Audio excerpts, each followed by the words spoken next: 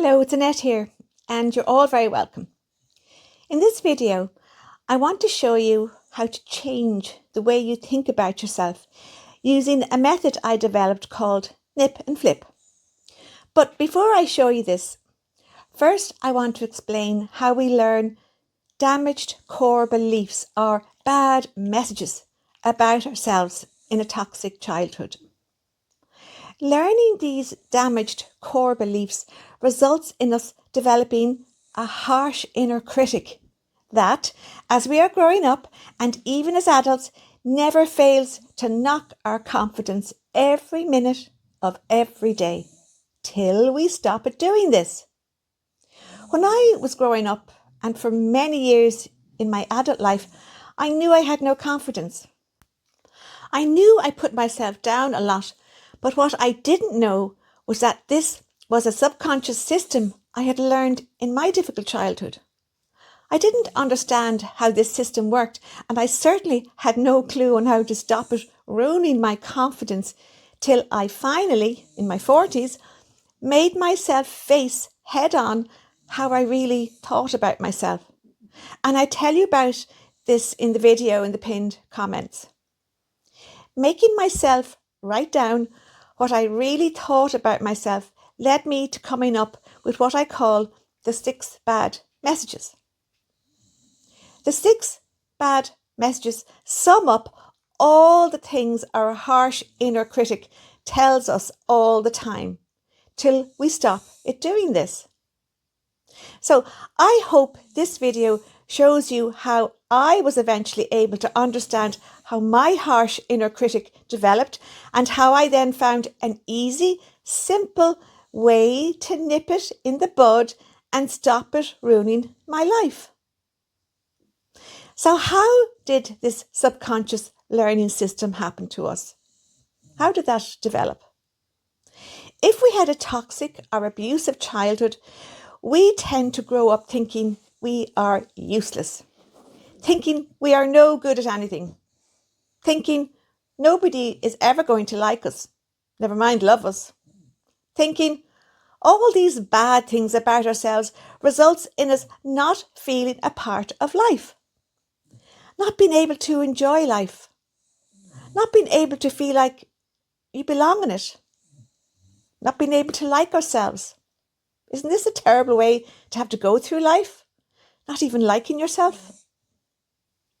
But what if I was to tell you that we are not even aware that we are actually thinking these awful things about ourselves? We do it subconsciously until we learn to stop doing this. And this is why I am doing this video. I'm here to help you stop putting yourself down, to help you knock out or ditch your silent, sneaky, harsh inner critic who ruins your self-confidence and ruins your life. But let's go back to how we developed this harsh inner critic. How did this happen? When we were children, or when we are children, we are completely dependent on the people around us who are caring for us. And because of this, we don't ever question them. If something is wrong with our environment, we don't ever blame our carers. We can't. We can't do this, as it would be too overwhelming for a child to admit or even begin to think that their carers are not protecting them. It would be too overwhelming to think that. So what does a child do? A child turns the blame inwards and starts to blame itself for any problems in their environment. And again, this is all done at a subconscious level. The child doesn't even know they're doing this. They don't even know they're turning the blame inwards. And sadly, by doing this, it results in the child developing damaged core beliefs, or the 6 bad messages. A child assumes that if something feels wrong, it must be their fault, as there must be something wrong with them. So, in a difficult or toxic environment, a child starts to tell themselves the following. They start to say this to themselves: I am not enough. I am responsible for everyone around me. I can't trust my feelings and I can't trust my instincts. I am bad and I'm always wrong. I'm alone. Nobody loves me. And lastly, I have to be perfect or nobody will love me. And this is how a child learns the 6 bad messages. Now, the important thing to understand is this. This does not happen consciously. This happens at a subconscious level. As children, we are not aware that we are forming these damaged beliefs about ourselves. We are simply trying to make sense of our world, of our environment. But these beliefs don't stay in childhood. Sadly, they follow us subconsciously all the way into our adolescence and into our adult lives. And because they are subconscious, we don't even realize they are there. But they are busy, very busy, in the background, shaping how we think about ourselves and shaping our behaviour. So if deep down you believe you are not enough, or that you are responsible for everyone around you, or that you can't trust yourself, you can't trust your feelings, you can't trust your instincts, or that you are always bad and you're always wrong, or that you are alone and nobody loves you, or that you have to be perfect or nobody will love you. If you believe all this about yourself, then your self-confidence is going to be very low or probably non-existent. And when your self-confidence is low, you are not going to be able to stand up for yourself. And if you can't stand up for yourself, what happens? Then you are more likely to find yourself in toxic and even abusive situations over and over again. So what can we do about this? The first step to changing this involves becoming aware that you are actually feeding yourself these 6 bad messages. Since doing this is a subconscious process, we have to become aware that we are feeding ourselves bad messages. This awareness shifts the process from a subconscious one to a conscious one. And this is really important because we can control what is in our conscious minds. Once something moves from the subconscious into the conscious mind, we can do something about it. So, awareness gives you choice. It allows you to pause and notice the moment you are putting yourself down, the moment you are feeding yourself one of the bad messages. You can then say to yourself, that's one of those 6 bad messages that I'm telling myself. And in that moment of awareness, you are no longer completely controlled by that bad message as you have become aware of it. It's now in your conscious mind and you can control what is in your conscious mind, and it's that simple. So awareness is where change begins, but nobody tells us this. Well, nobody told me this till I was in my 40s.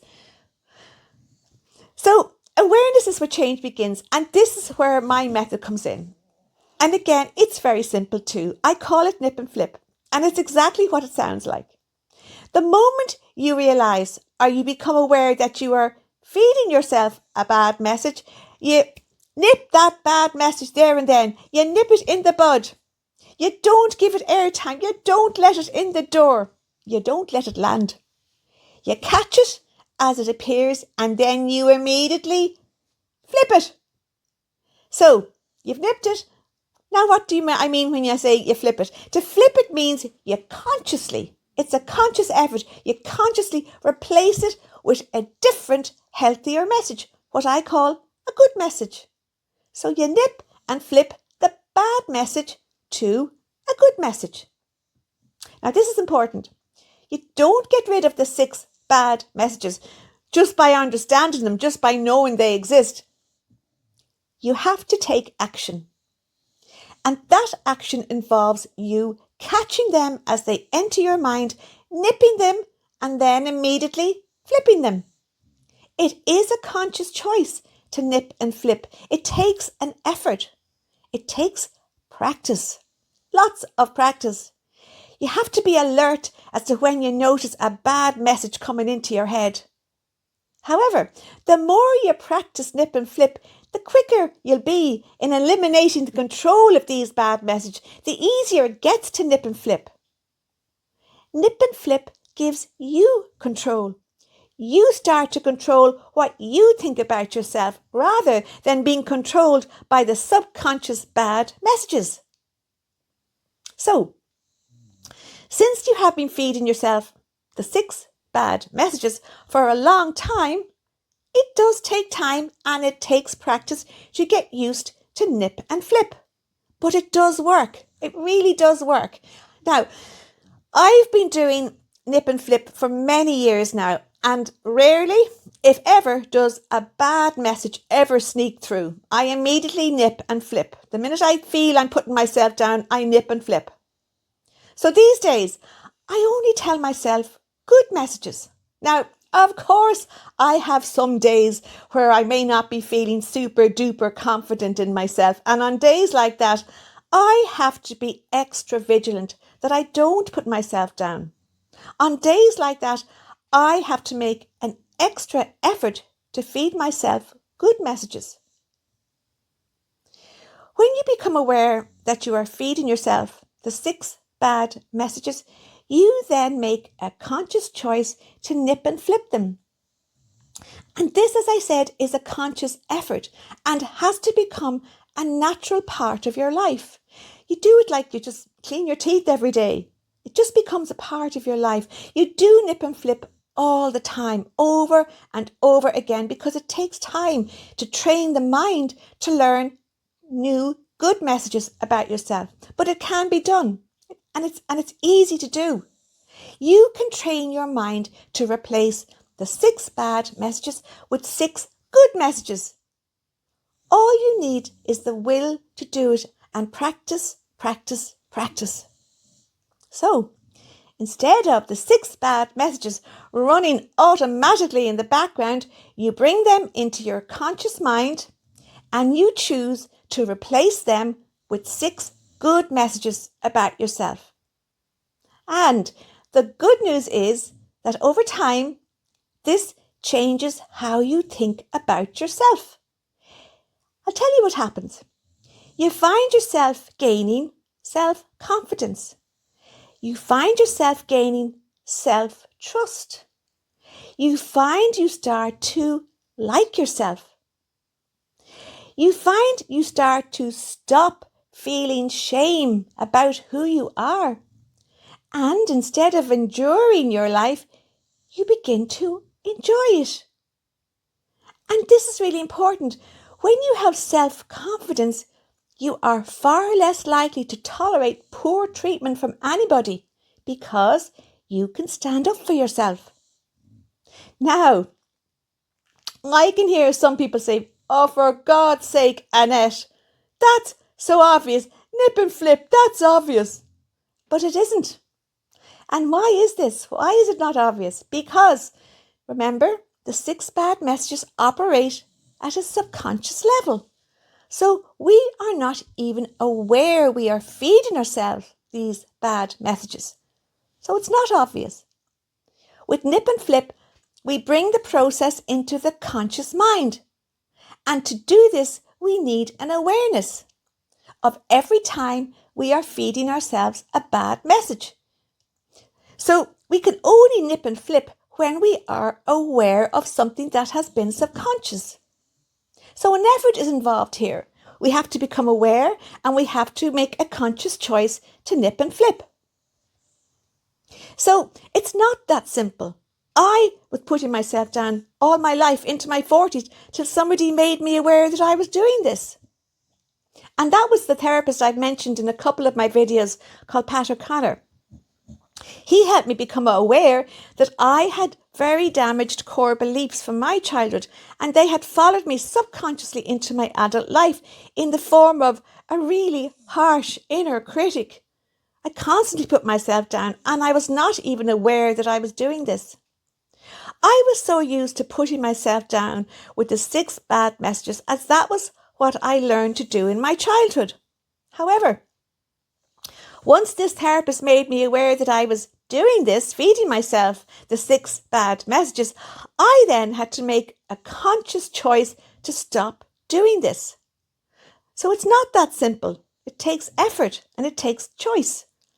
I started to use nip and flip, and over time, it really worked.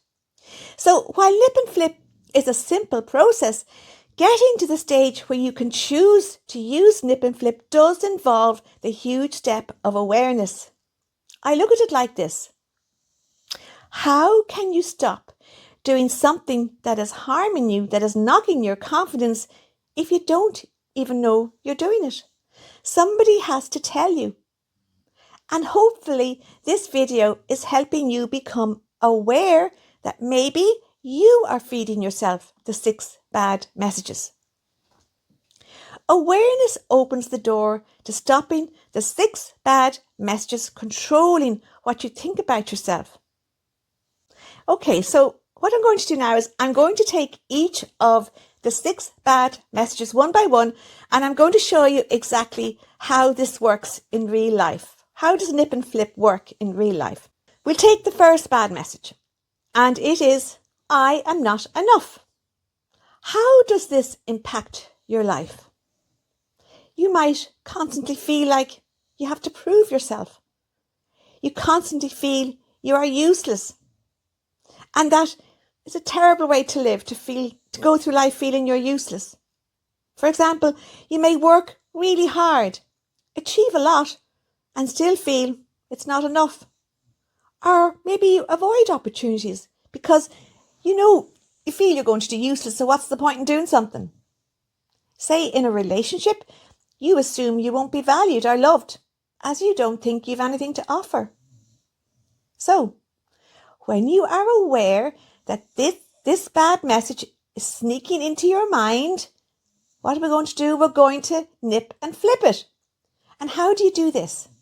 You notice the thought, I am not enough, coming into your head. You immediately nip it. You don't let it in. And then you flip it and you say to yourself, I am enough as I am. I don't have to prove myself to anyone. I am worth enough just as I am. What changes when you nip and flip? Over time, you begin to apply for opportunities you would have avoided in the past. Or you might allow yourself to feel satisfied with what you have achieved instead of constantly chasing more. You start to value yourself. You start to get some self-confidence. You start to feel good about yourself. You start to like yourself. In your relationship, maybe, you start to recognize that you have lots to offer, and you start to believe that you are lovable. Let's take the second bad message, and it is, I am responsible for everyone around me. I'm responsible for others. How does this impact your life? Well, you feel responsible for other people's emotions. So if somebody is upset, you feel it's your job to sort it out, to make them happy. You may feel it's your job to sort out other people's problems, and you exhaust yourself doing this because you're going around fixing everyone else's problems and you're not looking after your own. In a relationship, you may feel it's your job to keep your partner happy all the time, so your needs go unmet. So when you are aware that this bad message is sneaking into your head, that you are responsible for everyone else, let's nip and flip it. And how do you do this? You notice the thought coming into your head, I am responsible for fixing this. You don't let it go any further. You nip it, and then you immediately flip it, and you say to yourself, no, no, no, no. I am responsible for myself, and other adults are responsible for themselves. What changes when you nip and flip this message, bad message? You begin to set boundaries. You can start to say no to people without feeling guilty.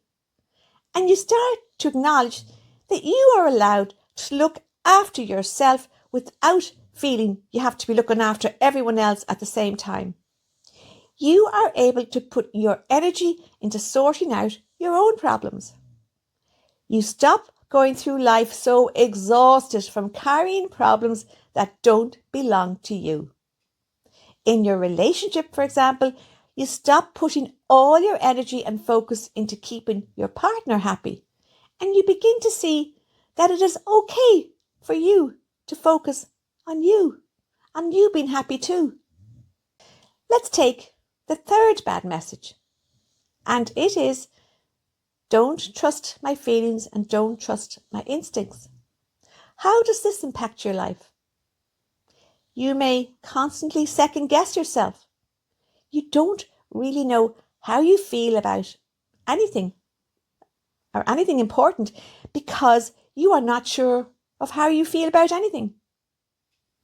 You can't make decisions and you don't trust your own judgment. So what happens? You start relying heavily on other people to make decisions for you. You don't know how to listen to your instincts. You can't. So you're not able to protect yourself. In a new relationship, for example, you might sense something is wrong about a situation. You might sense a red flag about the person or their behavior or the words they say. Your instincts are trying to tell you to be wary of this person, but you're not sure because you don't know how to trust them. So you talk yourself out of it. And then what happens? You end up going out with this person and you end up in a toxic relationship where you get hurt. So when you are aware that this bad message is sneaking into your mind, we're going to nip and flip it. And how do you do this? You notice the thought, gosh, I'm not really sure how I feel about this, and I don't really know what my instincts are saying.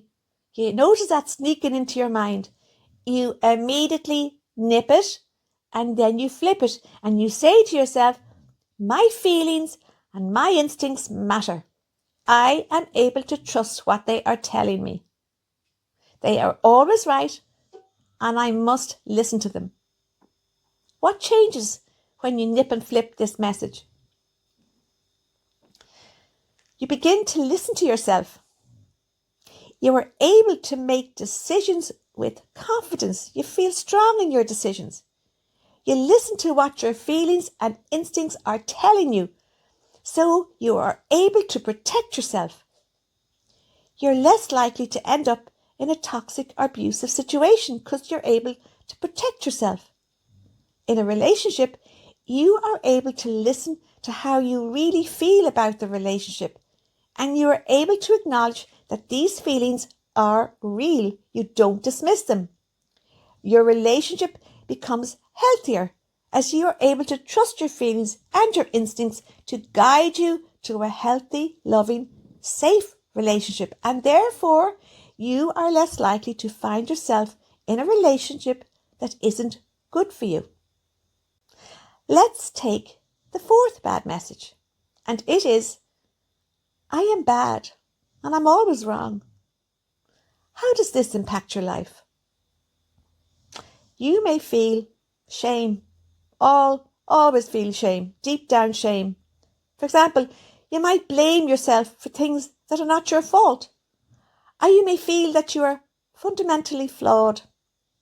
You go through life never being able to like yourself and always telling yourself that you're a problem. In a relationship, you assume the blame whenever there is a problem. You don't ever expect to be valued and loved, as you constantly ask yourself, how could anyone love me when I'm just bad and I'm always wrong? So, when you are aware that this bad message is sneaking into your mind, let's nip and flip it. And how do you do this? Again, you notice the thought, I'm bad and I'm always wrong, sneaking into your mind. You immediately stop it. You don't let it land. You nip it, and then you immediately flip it. And you say to yourself, I'm not bad and I'm not always wrong. I am a human being who deserves understanding and compassion, and I deserve to be valued as I am a good person. What changes when you nip and flip this bad message? You begin to treat yourself with kindness. You stop telling yourself you are always bad, and you stop telling yourself you are always wrong. You stop feeling ashamed of who you are. You begin to see good things about yourself that you'd never been able to see before. Isn't that fantastic? You begin to like yourself. You begin to feel proud of yourself. In your relationship, you approach it knowing that you are worthy of love and worthy of respect. And you now know that you deserve to be valued. You deserve to be loved. Now let's take the fifth bad message. And it is, I am alone. Nobody loves me. How does this impact your life? You probably feel isolated and lonely, even when you're around others. You never quite feel you can relax, as you have nobody who you can rely on to help you out when things get tough. You go through life feeling that you just don't belong. It's like you're on a solitary journey with no real connections, as you don't think anyone would be bothered connecting with you. Isn't that really sad? In your relationship, you may stay in it even if it's unhealthy. You may stay in it even if it's unhealthy because you're too scared of being on your own. You don't think you'll ever find anyone else, so you stay in any relationship even if it's hurting you. So, when you are aware that this bad message is sneaking into your mind, let's nip and flip it. And how do you do this? Again, you notice the thought, I'm alone. Nobody loves me. You notice that creeping into your mind and you immediately stop it, you nip it, and then you flip it. And you say to yourself, I'm not alone. I can build safe and supportive connections. There are plenty of people in my life who love me and who care about me and who value me. What changes when you nip and flip this bad message? You become more open to healthy relationships. You can let other people into your world. You are open to meeting new people and you begin to feel that you do belong, that you are part of the world. You feel less lonely as you go through your life, as you know there are people in your life who really do love you and who really do value you. In your relationship, you are able to feel strong in yourself. You know you deserve to be loved and you know you deserve to be part of a relationship. You are able to move on from a relationship if it is not good for you, as you are not afraid to be single for a while. You know you'll find someone else to love you. You have plenty of human connections to help you through a breakup if you have to. You don't settle just to avoid being single. You have the confidence and you know you can meet somebody because you are worth loving. Now let's take the final message, the final bad message, the sixth bad message. And it is, I must be perfect or nobody will love me. And how does this impact your life? You feel constant pressure to get everything right. Oh my God. For example, you may overwork, overthink, and you end up feeling exhausted as you're constantly striving to achieve perfection in everything you do, and you'll never achieve perfection. And no matter what you achieve, even if it's fantastic, it never feels enough. In your relationship, you spend all your time trying to do everything to perfection to please your partner. But all this does is exhaust you. Even if your partner does love you and does respect you and care for you, you don't believe this, as you know you are not perfect. So how could anyone love you if you're not perfect? So when you are aware that this bad message is sneaking into your mind, let's nip and flip it. And how do you do this?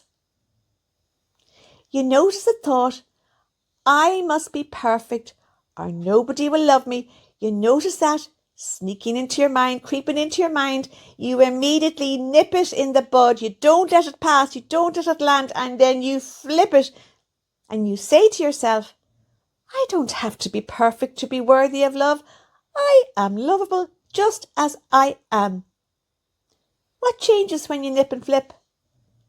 You begin to relax. You lower the bar and you don't set such high expectations for yourself. Expectations you're never going to achieve because they're too high. You start to feel that life is not a constant challenge, that you don't have to be the best at everything. You start to see life not as a competition, but as an experience you are allowed to enjoy. You allow yourself to be human in that you allow yourself to make mistakes. And you experience relaxation rather than constant pressure. In your relationship, you are able to enjoy just being with someone. You stop trying to constantly please them.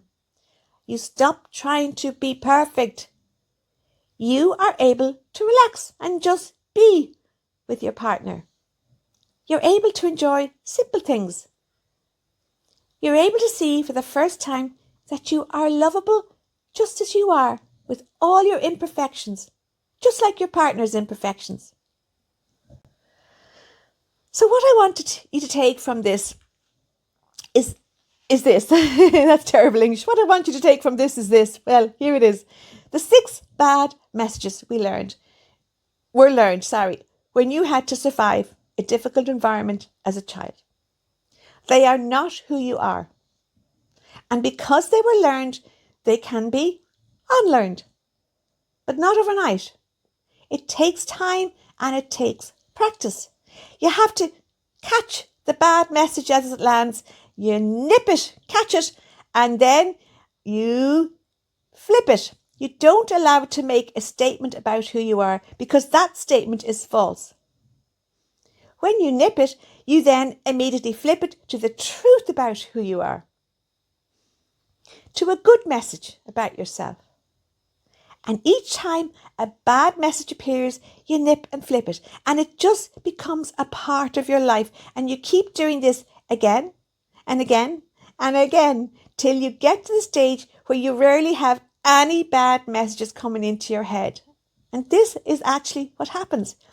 You will feel you're at this stage when, listen to this, you wake up someday and you realize that, oh my God, I think I like myself. I don't know, isn't that amazing? That's a fantastic thing to say. When you've been feeding yourself 6 bad messages for all your life and you suddenly start to like yourself, that's a miracle.